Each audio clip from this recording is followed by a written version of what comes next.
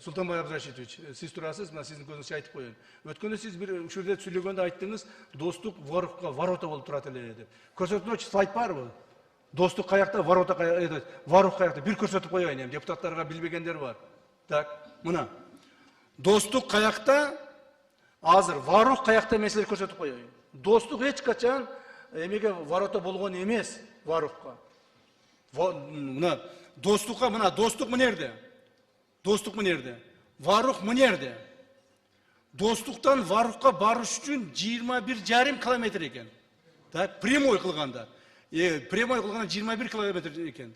Эгерде биз достуктан Воровка ворота дей турган болсок, анда биз достуктан мүмкүнчүлүк беришибиз керек эле дагы мына Кызыл Бел менен Баткен менен мына Воровка жол беришибиз керек эле.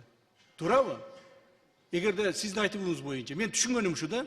А сиз кандай смыслда айттыңыз? Достук Воровктун воротасы дегенге мен түшүнбөй атам. Бирок сиз айтып атасыз, алардын жолу биз тарап менен достук аркылуу өтчү эле, ошон үчүн биз бул жерди тосуп койсок болот эле деп. Урматтуу Султанбай Абдрашитович, булар давно биздин достук аркылуу өтпөй калган. Булар бияктан өздөрү жол салып алган, мына. Булардын өзүнүн жолу бар. Бул жолду булар объездной кылып, мына жерден көпүрө кылып туруп, бияка жол салып алышкан. Булар достук аркылуу азыр давно өтпөй калышкан. Сиз мурдагыдай эле ойлоп атасыз. Кече күнү мен балдарды жөнөттүм. Эми сизге дайынырактыр, бирок мен сурап айтып койдум. Мына сиз ушуну айтканда мен айттым да, бу кандай ушинтип айтасыз деп, анан кийин справкалар чогулта баштадым да, Султанбай Абдрашитович. Так, себеби, жок, могул жерде экен. Себеби сиз Баткенге болгону канча жолу барганыңыздан бери мен чыгарып койдум. Так, достукка качан барганыңыздан бери чыгарып койдум. Мына, сиз Баткенге болгону, мына менде так справка, бул тактасаңар болот.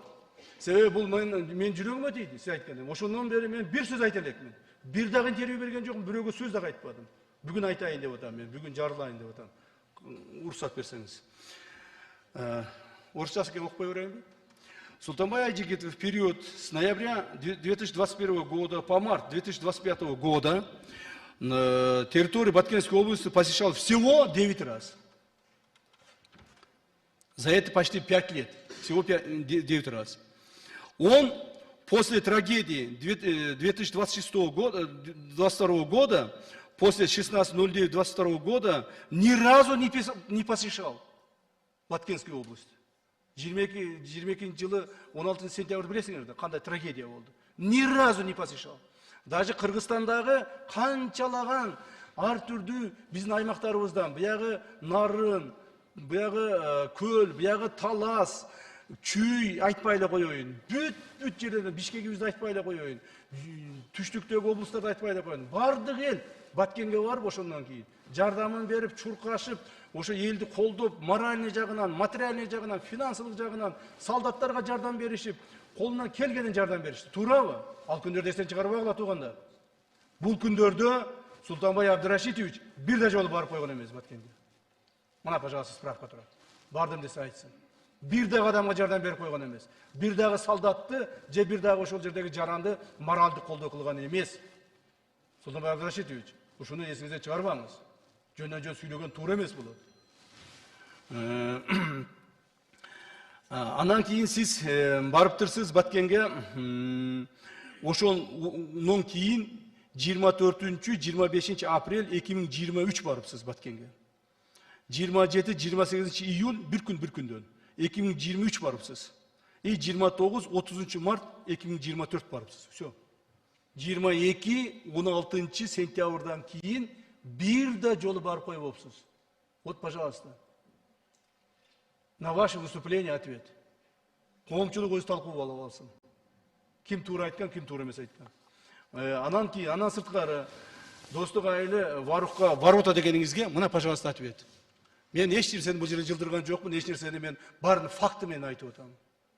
Кантип достук айылы Воровка ворота болот. Ушул жерде сиз ушинтип айттыңыз окшойт эле. Мен ушинтип уктумбу, же туура эмес угуп алдымбы билбейм. Мен андан сырткары сиз ар дайым, эми сиз жөнүндө айтып бүтүрүп коеюн до конца. Мына айткандан кийин. Сиз ар дайым айтасыз да, мен дейсиз КГБда окугам, КГБда иштеген дейсиз да. Султанбай Абдрашитович, Мен сізді сыйлайын. Коллегам қатары, біздің ветеран қатары. Бірақ ошол эле мезгилде мен фактыларды сізге айтып коеюн. Так. Сіздің КГБ-да иштегениңиз боюнча да айтып коеюн. Бул талкуу болуп кетти коомдо. Мен айтпайт элем сиз жөнүндө. Бул талкуу болуп кетти коомдо. Ошон үчүн мен айтпайт элем, бирок айтып коеюн сизге. КГБ-да сиз кандай иштегениңиз боюнча дагы мен кагазым ушу таппай калам да. Кандай иштеген, вот, кандай иштегениңиз боюнча дагы мен справка алдым. Качан, кантип иштегениңиз, эмне кылганыңыз боюнча дагы. Кандай убакта эмне үчүн жумуштан кеткениңиз боюнча дагы. Бирок бул анча-мынча секретный информация, ошон үчүн мен айтпай эле коеюн баягы. Болгону 6 жыл иштепсиз. Жок, айта берем. Жок, мен аны секрет себеби менде кызматтык этика деген бар. Мен аны айтпайм, болбойт. Так. Сиз болгону 6 жыл иштепсиз. Секрет эмес информацияны айтайын.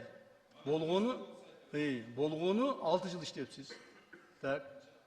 6 жыл иштепсиз. Болгону начальник отделениеге чейин жетипсиз. Так. Майор званияда кетипсиз. Так. Бир чоң бир начальник управления, начальник бир какой-то бир чоңураак кызматты иштеп, чоң деле мени аткарбапсыз. Так.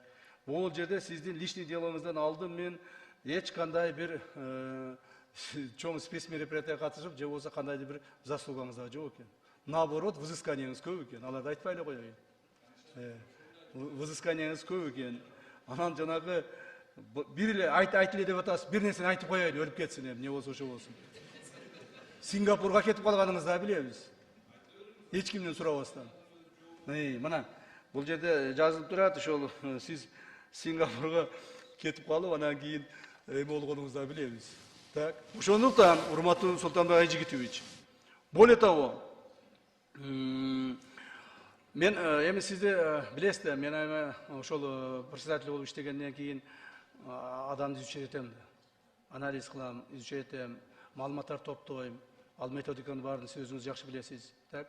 Ошонун негизинде мен сиз жөнүндө справка топтодум да. Бул эмне үчүн мындай кылып атат бул киши? Эмне үчүн биз ушинтип, ушунчалык чоң эмгек менен, ушунчалык кыйналыштар менен эки элдин ортосуна достукту алып келип, чабышып, тытышып, атышып, согушуп жүрүп, анан дагы бири-бирибизди көрбөгөнгө чейин жетип туруп, анан кайра өзүбүздү заставить этип внутренний, кайрадан стол переговорга отуруп, анан ушул маселени достукка чейинге жеткизип чечсек, ушундай чоң эмгек менен. Эмне үчүн анан кийин бул Султанбек Абдрашитович 3 күн алдын силер туура кылдыңар деп туруп, кайрадан анан мынтип чыгып атат деп мен анализ кылдым да, ойлонуп атам дейм. Эмнеге мындай болду экен депчи. Ким бул Султанбек Абдрашитовичти орто жолдо бузуп атат жөнөн эле депчи. Ана ошол жерде карасам, көрсө сизди бирөө деле бузбаса керек, сизден оказывается бул психологический портретиңиз ошондой экен да. Эмне үчүн?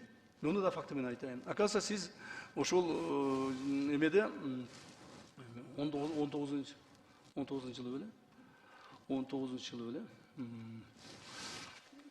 Сиз баягы жаш баланы уруп коюп, бир жаш баланы 17-жылы, мына мен могул жер жазылган, ошо таппай атпайм, кагаз көйүп кетип. 17-жылы бир жаш баланы уруп коюп, анан кийин ушу өзүңүздүн бир туугандарыңыз жалаң сот системасы иштейт экен, тияк-бияк болот экен, баягы хулиганствону башка эмеге статьяга которуп отуруп, анан кийин жанагы срок өттү деп туруп, анан сизди бошоткон турбайбы? Кылмыш жоопкерчилигиненчи. Бирок ошол өзүңүздүн кылмыш жоопкерчилигине тартылган справкаңызды сиз Центр избиркомго бербепсиз. Мен эсептеп чыктым, карап чыктым муну дагы. Мен муну кертең Султанбай Абдрашитовичтин мандатын алып койсо, таң калбаңыздар. Центр избиркомго. Мен запросту жөнөттүм. Ушундай справка барбы десем, аларда жок экен. Мыйзамда мынтип жазылып турат. Следует отметить, что согласно статье 61, части 1, пункта 2 Конституционного закона Кыргызской Республики о выборах президента Кыргызской Республики и депутатов Жогорку Кеңеши Кыргызской Республики, кандидат Султанбай Айжигитов при регистрации в качестве кандидата в депутаты Жогорку Кеңеши Кыргызской Республики был обязан указать все обстоятельства о своей имеющейся судимости или привлечении к уголовной ответственности. Однако Султанбай Айжигитов целенаправленно скрыл в анкетных данных вышеуказанные факты при подаче заявления СыК Кыргызской Республики на регистрацию в качестве кандидатов в депутаты Жогорку Кеңеш Кыргызской Республики в октябре 2021 года. При этом, согласно статье 46 Конституционного закона, регистрация избранного кандидата отменяется в случае подтверждения фактов сокрытия кандидатом сведений о его привлечении к уголовной ответственности и признания судами виновным в совершении преступления. Урматтуу депутаттар, мен муну ардынан айтып койдум, мен уже запросты жөнөттүм. Сөндүрбөгөм өткөндө маган айтырып бериптир, биз бүгүн карап атабыз. Мен айтып карабагыла дедим. Эгер силер мен ратификацияга чейин барып карап туруп, Айжигитовдун мандатын алып койсоңор, анда элдин баары айтат. Булар ушу ратификациядан коркуп кетип алдырып койду окшойт депчи. Мына мыйзамды бузгандыгы боюнча фактыны мен Сөндүрбөгөмгө бердим. Азыр Кудай буйрса ратификацияны өткүзсөк, президенттерибиз колду койсо, обмен нотами болсо, мыйзам күчүнө кирсе, анан кийин мен повторный запрос жөнөтөм Сөндүрбөгөмгө. Султанбай Абдрашитович, сиздин ошол бекитип койгон, могул кылган кылмышыңызды бекитип койгон анкетный данныйларыңызды жазбай койгондугуңуз үчүн бул мыйзамдын талабы. Муну да коомчулук билип алыш керек. Эртең ойлоп жүрүшпөсүн, буну таши преследовать этип. Мен эч ким преследовать эткен жокмун. Мыйзамды раз мыйзам боюнча иштейбиз дейсизби? Давайте по закону будем работать. Все, в соответствии с нашим законодательством вы сокрыли свои преступления. В соответствии с этим ваша регистрация отменяется. Ну, законно так написано. Я не знаю, Сөндүрбөгөм какое решение примут.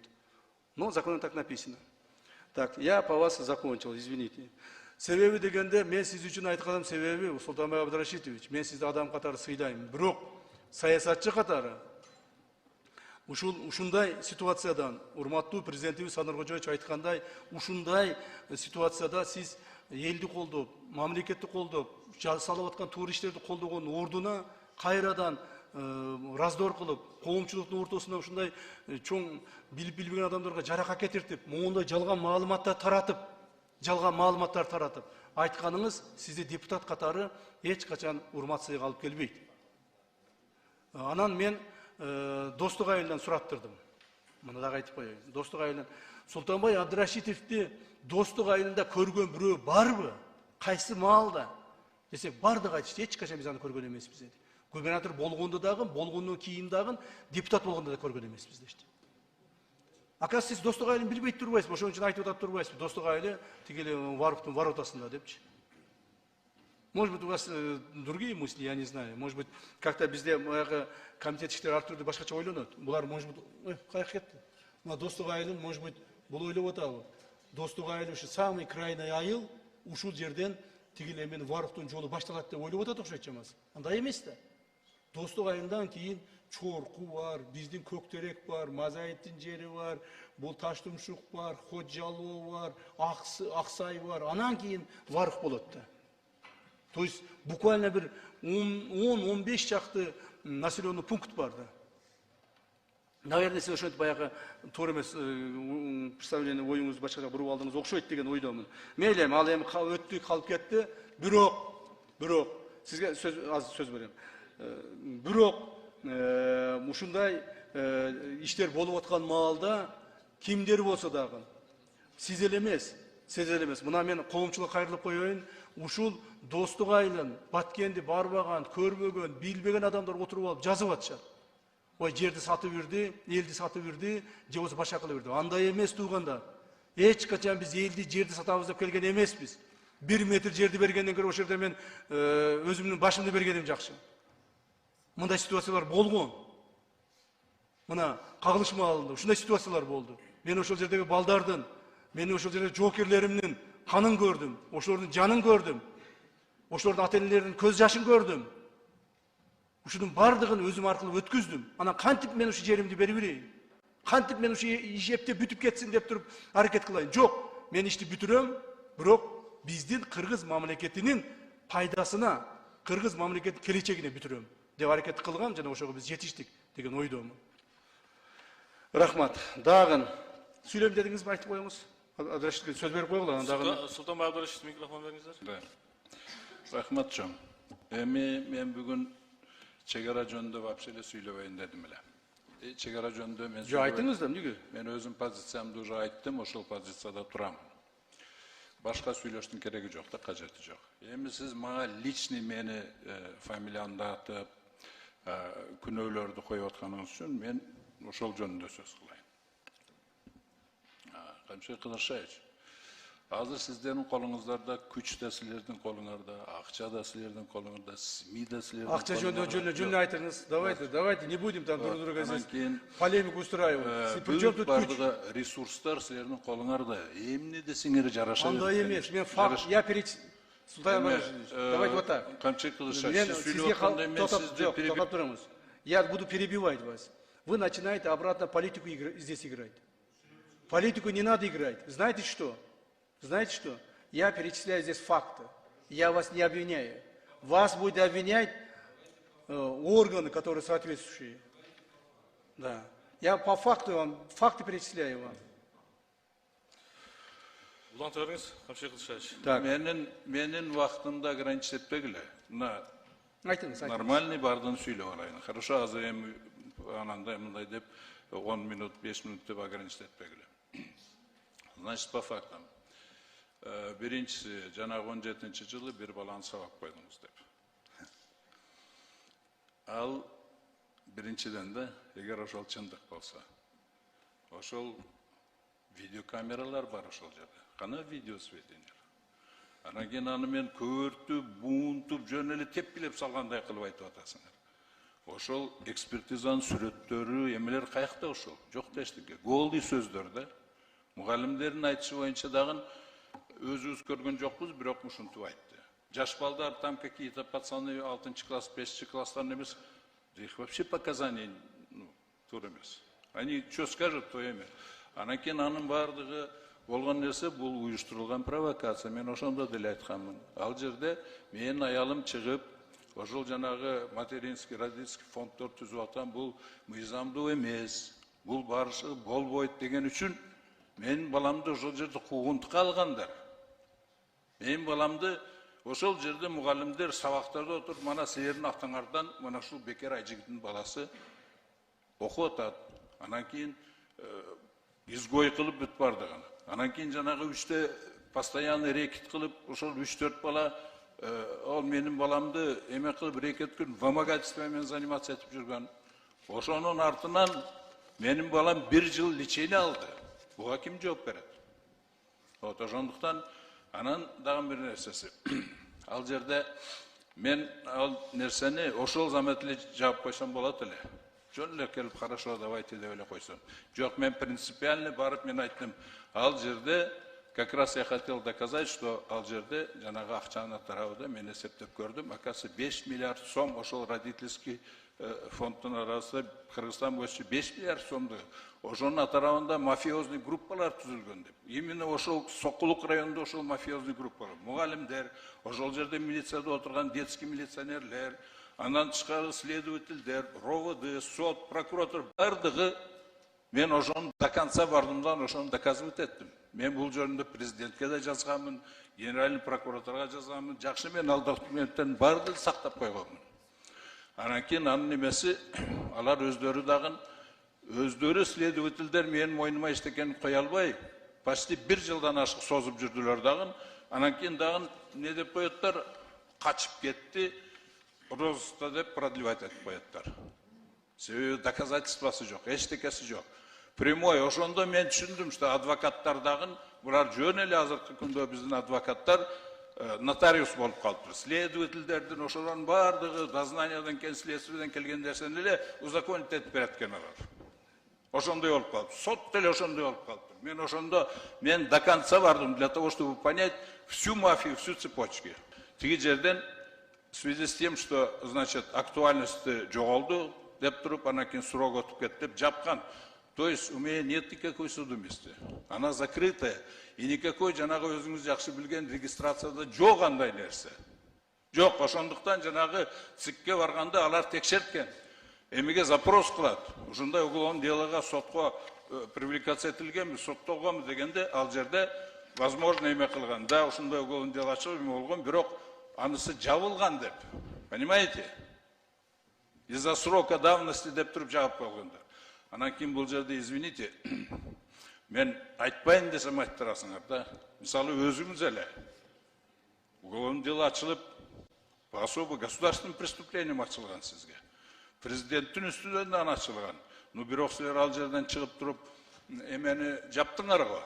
Судимости снимать этмейт. Мен деле ошол судимость снимать этилген, ошол эле замат.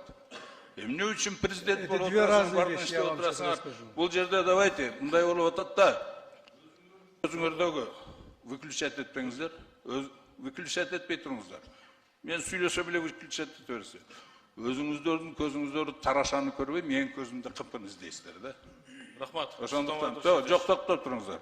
Жоқ, азыр күн тәртібі бойынша кетели, біз башка Так, рахмат, анда Султан Абдрашитович, мындайда, мен сизден өзүңүз признавать еттіңіз, да, действительно было возможно такое уголовное дело, действительно такие случаи, такие происшествия случилось, а что там суд принимал решение, это давнишнее дело, и это не мое дело, так? Я просто факты перечислил о том, что там это так случилось, это раз.